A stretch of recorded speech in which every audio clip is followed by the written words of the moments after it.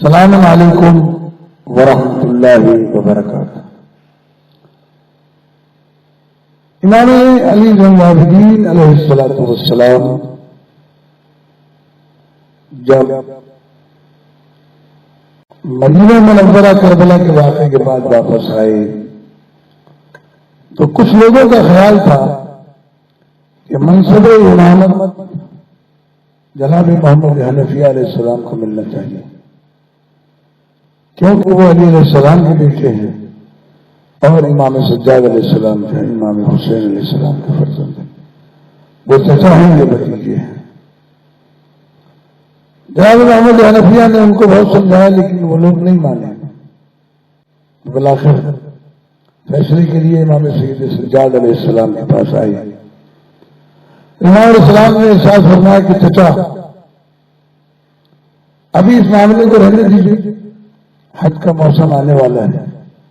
مکہ معظمہ میں اس کا فیصلہ ہوگا، لہذا حج کا موسم آتے ہی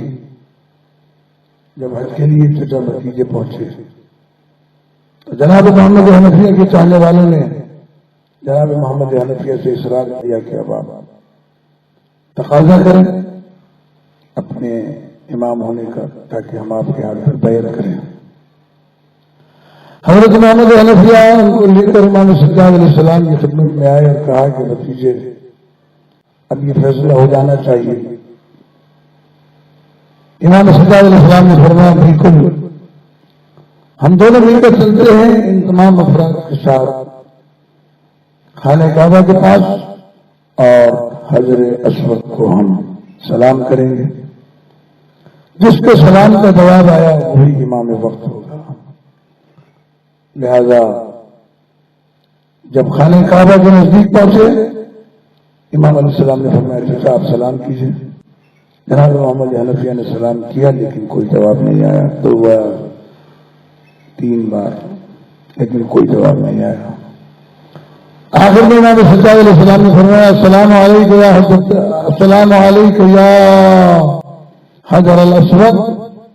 حجر اسود تم پر میرا سلام ہو۔